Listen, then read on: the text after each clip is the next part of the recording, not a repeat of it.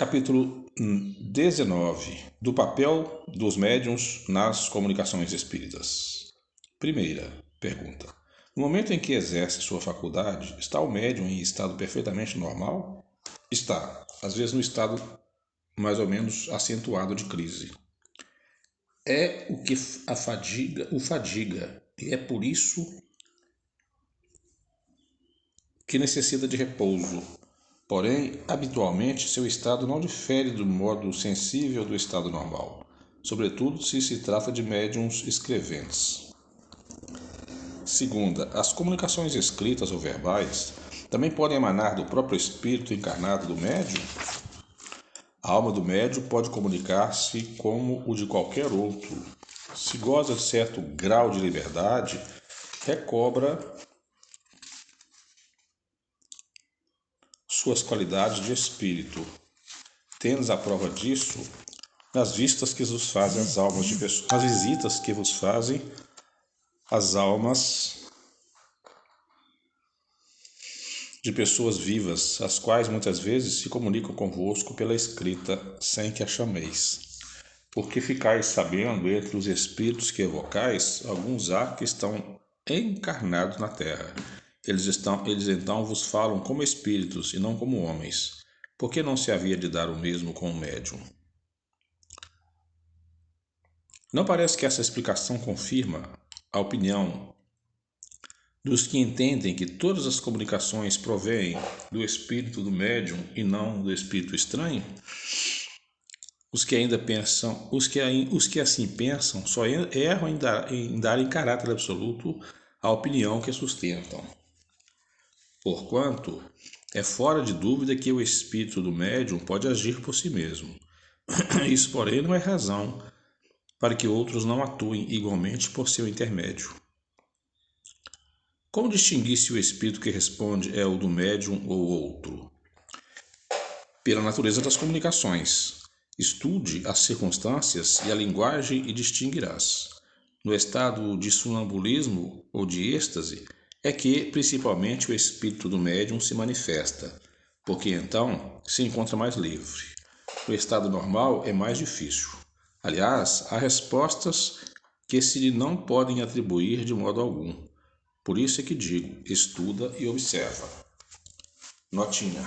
Quando uma pessoa nos fala, distinguimos facilmente o que vem dela, daquilo de que ela é apenas o eco. O mesmo se verifica com os médiuns.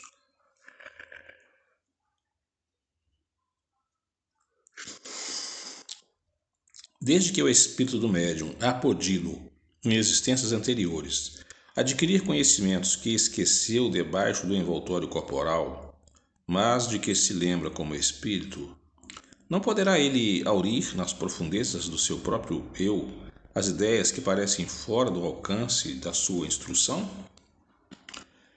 Isso acontece frequentemente no estado de crise sonambúlica ou estática. Porém, ainda uma vez repito, há circunstâncias que não permitem dúvidas. Estuda longamente e medita. As comunicações que provêm do espírito do médium não são sempre inferiores às que possam ser dadas por outros espíritos? Sempre não, pois um espírito que não o do médium pode ser de ordem inferior a deste, e então falar menos sensatamente. É o que se vê no sonambulismo. Aí, muitas vezes, quem se manifesta é o espírito do sonâmbulo, o qual não raro diz coisas muito boas. O espírito que se comunica por um médium transmite diretamente seu pensamento ou este tem por intermediário o espírito encarnado do médium? O espírito do médium é o intérprete, porque está ligado ao corpo que serve para falar, e por ser necessária uma cadeia entre vós e os espíritos que se comunicam, como é preciso um fio elétrico para comunicar a grande distância uma notícia, na extremidade do fio, uma pessoa inteligente que receba e transmita.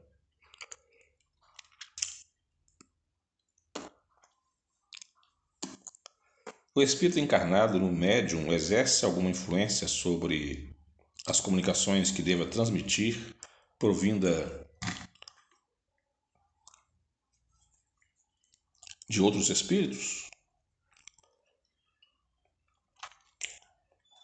Exerce também, exerce, porquanto se estes não lhe são simpáticos, pode ele alterar-lhe as respostas e assimilá-las à sua própria ideia e aos seus pendores.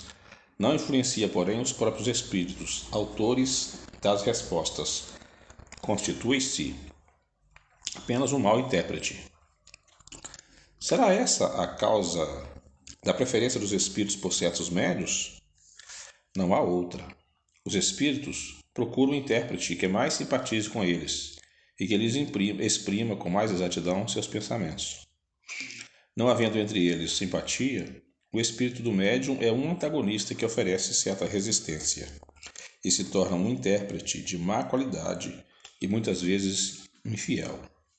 É o que se dá entre vós, quando a opinião de um sábio é transmitida por intermédio de um estonteado ou de uma pessoa de má fé.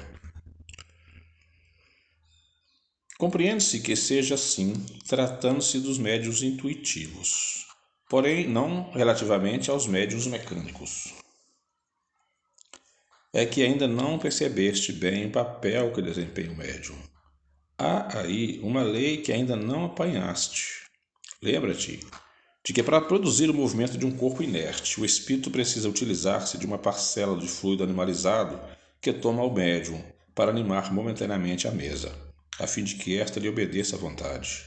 Pois bem, compreende igualmente que para uma comunicação inteligente, ele precisa de um intermediário inteligente, e que esse intermediário é o espírito do médium.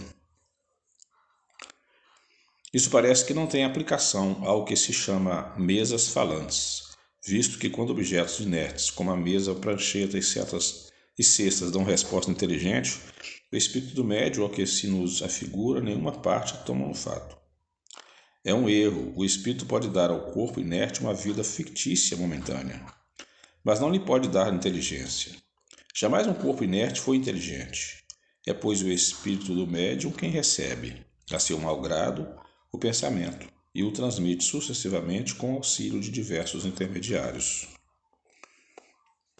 Dessas explicações resulta, ao que parece, que o espírito do médium nunca é completamente passivo. É passivo quando não mistura suas próprias ideias com as dos espíritos que se comunica, mas nunca é inteiramente nulo. Seu concurso é sempre indispensável, como o de um intermediário, embora se trate dos que chamais médiuns mecânicos. Não haverá mais garantia de independência no médium mecânico do que no médium intuitivo? Sem dúvida alguma, e por certas comunicações é preferível o médium mecânico. Mas quando se conhece as faculdades de um médium intuitivo, torna-se indiferente conforme as circunstâncias. Quer dizer que há comunicações que exigem menos precisão. Entre os diferentes sistemas que se hão concebido para explicar os fenômenos espíritas, há um que proclama estar a verdadeira mediunidade num corpo completamente inerte, na cesta ou no paredão, por exemplo, que serve de instrumento que o espírito manifestante se identifica com esse objeto e o torna, além de vivo, inteligente, onde o nome do médium inerte dado a esses objetos. Que pensais desse sistema? Pouco há que dizer a tal respeito, e é que se o espírito transmitisse inteligência ao papelão, ao mesmo tempo que a vida, aquele escreveria sozinho, sem concurso do médium. Fora singular que o homem inteligente se mudasse em máquina, e que um objeto inerte se tornasse inteligente. Esse é um dos muitos sistemas oriundos de ideias preconcebidas e que caem, como tantos outros, ante a experiência e a observação. Um fenômeno bem conhecido poderia abonar a opinião de que, nos corpos inertes animados, há mais do que a vida. O da mesa, cesta, etc., que pelos seus movimentos exprime a cólera ou a afeição? Quando o homem agita colérico um pau, não é o pau que está preso de cólera, nem mesmo a mão que o segura, mas o pensamento que dirige a mão.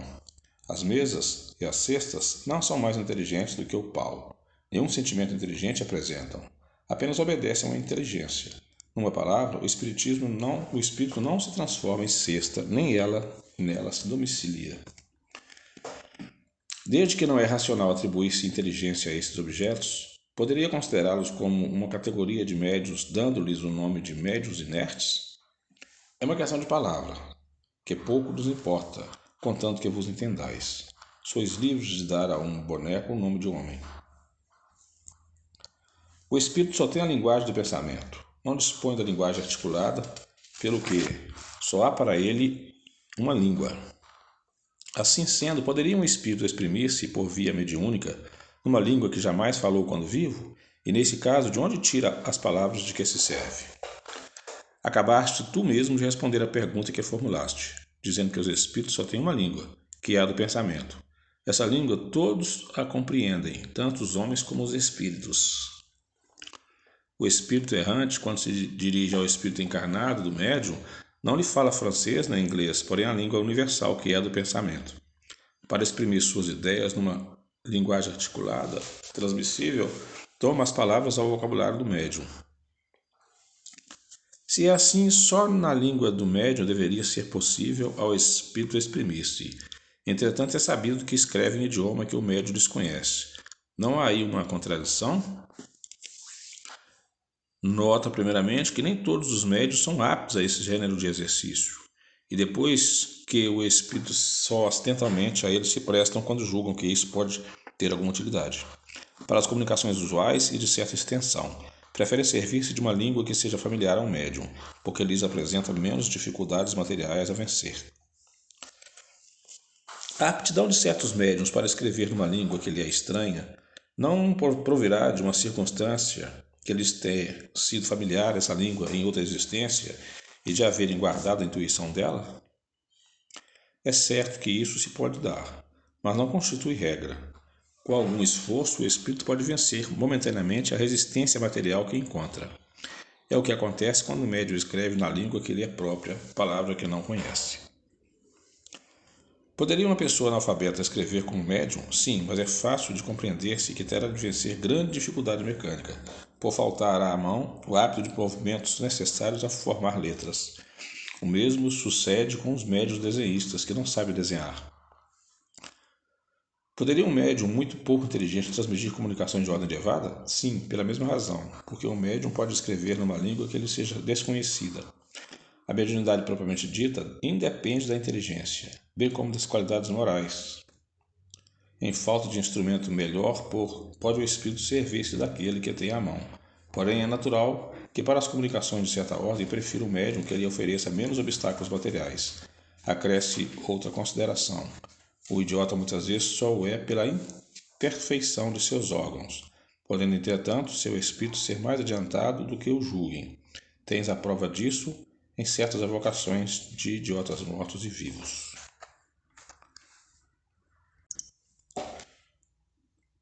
De onde vem a aptidão de alguns médiuns para escrever um verso? A poesia é uma linguagem. Eles podem escrever em verso, como podem escrever numa linguagem que desconheçam. Depois é possível que tenham sido poetas em outra existência. E como já te dissemos, os conhecimentos adquiridos jamais os perde o espírito, que tem de chegar à perfeição em todas as coisas. Nesse caso, o que eles hão sabido lhes dá uma facilidade de que não dispõem no estado ordinário. O mesmo ocorre com os que têm aptidão especial para o desenho e para a música. Sim, o desenho e a música também são maneiras de se exprimirem os pensamentos. Os espíritos que servem dos instrumentos que mais facilidade lhes oferecem. A expressão do pensamento pela poesia, pelo desenho ou pela música depende unicamente da aptidão especial do médium ou também do espírito que se comunica. Às vezes do médium, às vezes do espírito. Os espíritos superiores possuem todas as aptidões. Os espíritos inferiores só dispõem de conhecimentos limitados. Por que é que um homem de extraordinário talento numa existência já não tem na existência seguinte? Nem sempre assim é, pois que muitas vezes ele aperfeiçoa numa existência o que começou na precedente. Mas pode acontecer que uma faculdade extraordinária dormite durante certo tempo para deixar que outra se desenvolva. É um germe latente, que tornará a ser encontrado mais tarde e do qual alguns traços, ou pelo menos uma vaga intuição, sempre permanecem. O espírito que se quer comunicar compreende, sem dúvida, todas as linguagens, pois que as línguas são a expressão do pensamento. E é pelo pensamento que o espírito tem a compreensão de tudo. Mas para exprimir esse pensamento, torna-se necessário um instrumento, e este é o médium. A alma do médium, que recebe a comunicação de um terceiro, não a pode transmitir senão pelos órgãos de seu corpo. Ora, esses órgãos não podem ter para uma língua que o médium desconheça a flexibilidade que apresentam para o que lhe é familiar. Um médium que apenas saiba o português poderá acidentalmente dar uma resposta em inglês, por exemplo, se ao espírito apraz fazê-lo. Porém, os espíritos que já acham muito lenta a linguagem humana em confronto com a rapidez do pensamento, tanto assim que se abreviam, quando podem, se impacientam com a resistência mecânica que encontram. Daí nem sempre o fazem. Essa também é a razão porque um médium novato que escreve penosa e lentamente, ainda que na sua própria língua, em geral, não obtém mais do que respostas breves e sem desenvolvimento. Por isso, os espíritos recomendam que, com o médium assim, só se lhe dirijam perguntas simples. Para as de grande alcance, faça mistério um médium desenvolvido, que nenhuma dificuldade mecânica ofereça ao espírito. Ninguém tomaria para seu ledor um estudante que estivesse aprendendo a soletrar. Um bom operário não gosta de servir-se de maus utensílios. Acrescentemos outra consideração de muita gravidade no que concerne às línguas estrangeiras. Os ensaios deste gênero são sempre feitos por curiosidade e por experiência. Ora, nada mais antipático ao espírito do que as provas a que tentem sujeitá-los. A elas jamais se prestam os espíritos superiores, os quais se afastam logo que se pretende entrar por esse caminho. Tanto se comprazem nas coisas úteis e sérias quanto lhe repugna ocuparem-se com coisas fúteis e sem objetivo. Dirão os incrédulos, para nos convencermos, este fim é útil, porque pode granjear adeptos para a causa do espiritismo. A isso respondem eles: a nossa causa não precisa dos que têm orgulho bastante para se suporem indispensáveis. Chamamos a nós os que queremos. Estes são quase sempre os mais pequeninos e os mais humildes. Fez Jesus os milagres que ele pediu aos escribas?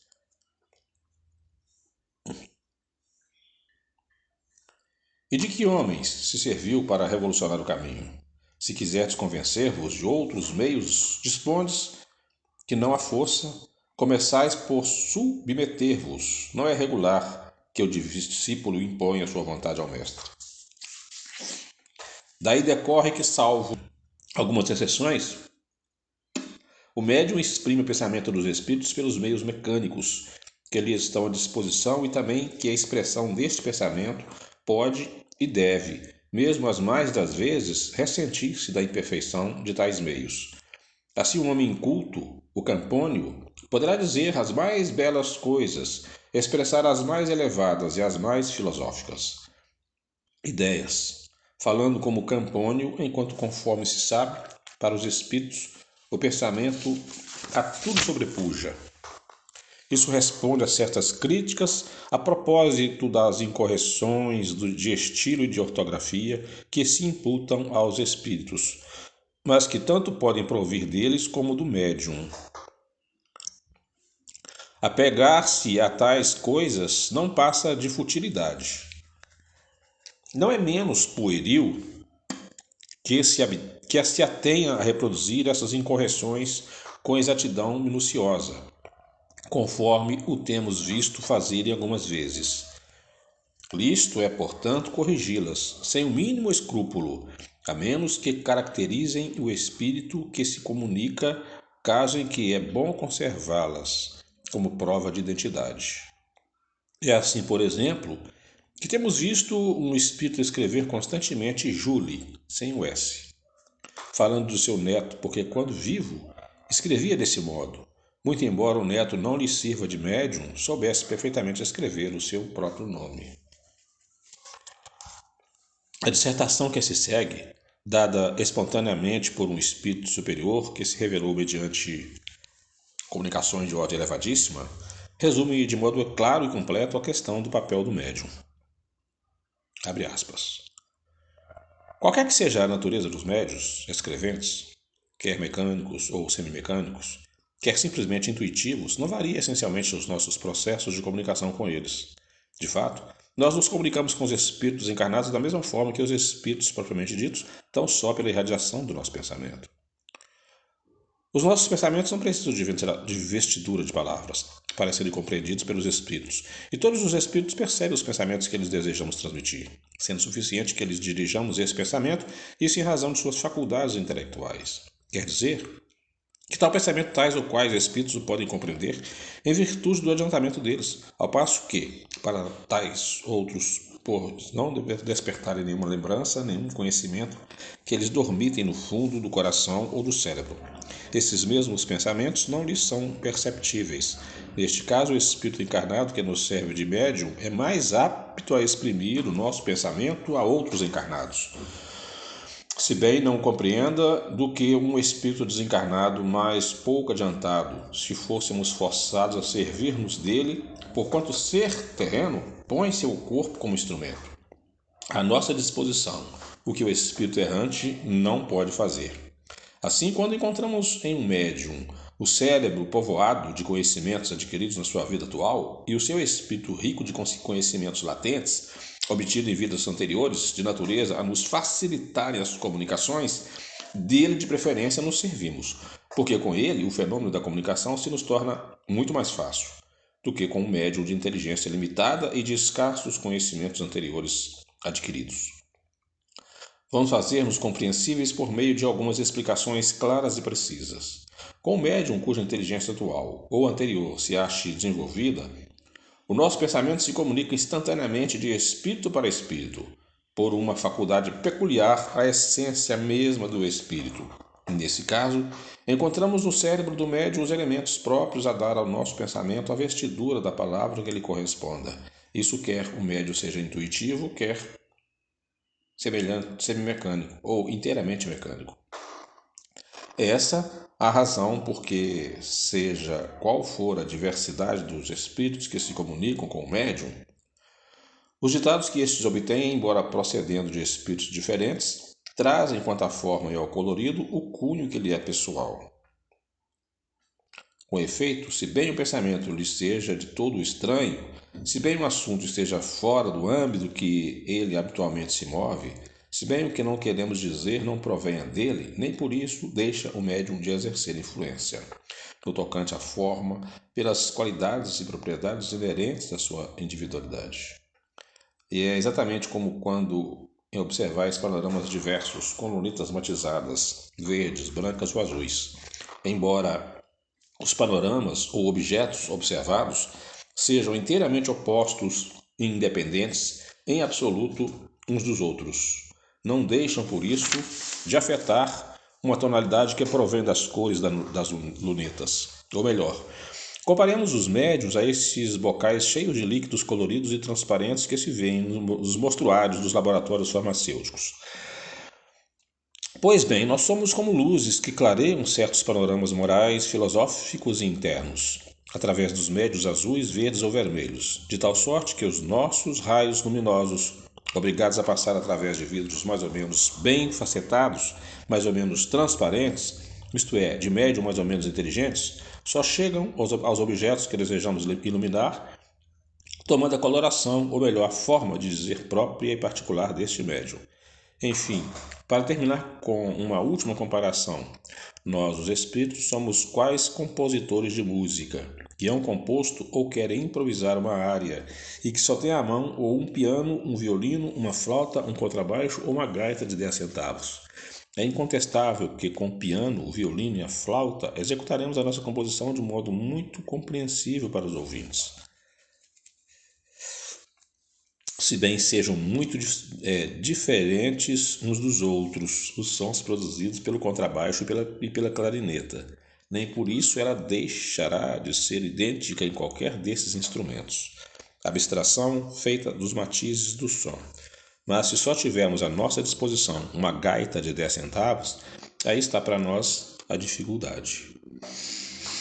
efetivamente, quando somos obrigados a servirmos de médios pouco adiantados, muito mais longo e penoso se torna o nosso trabalho, porque nos vemos forçados a lançar mão de formas incompletas, o que é para nós uma complicação,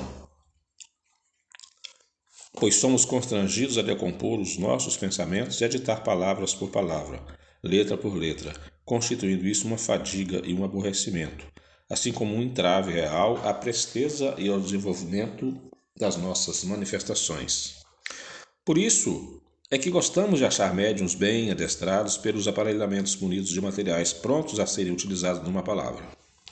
Bons instrumentos porque estão nosso perispírito atuando sobre o daqueles a quem mediunizamos. Nada mais tem a fazer se a não impulsionar a mão que nos serve de lapiseira ou caneta, enquanto que com os médiuns insuficientes somos obrigados a um trabalho análogo ao que temos quando nos comunicamos mediante pancadas. Isso é formado letra por letra, palavra por palavra, cada uma das frases que traduz os pensamentos que vos queiramos transmitir. É por estas razões que, de preferência, nos dirigimos para a divulgação do Espiritismo e para o desenvolvimento das faculdades mediúnicas escreventes às classes cultas e instruídas, embora seja nessas classes rebeldes e mais imorais, essas classes que se encontram os indivíduos mais incrédulos, mais rebeldes e mais imorais. É que, assim como deixamos hoje aos espíritos calhofeiros e pouco adiantados o exercício das comunicações tangíveis, de pancada e transporte, assim também os homens pouco sérios preferem o espetáculo dos fenômenos que lhes afetam os olhos ou os ouvidos, aos fenômenos puramente espirituais, puramente psicológicos.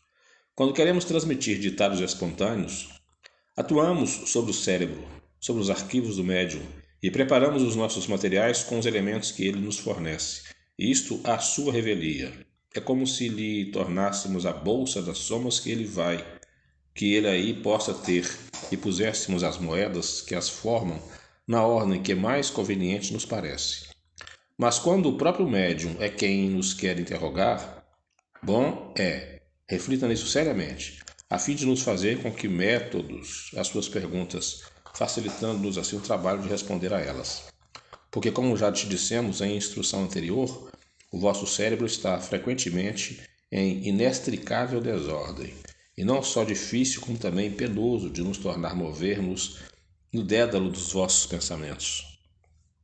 Quando seja um terceiro quem nos haja de interrogar, é bom e conveniente que a série de perguntas seja comunicada de antemão ao médium, para que este se identifique com o espírito de evocador e dele, por assim dizer, se impregne, porque então nós, outros, teremos mais facilidade para responder por efeito da afinidade existente entre nosso espírito e o nosso perispírito e o médium, que nos serve de intérprete.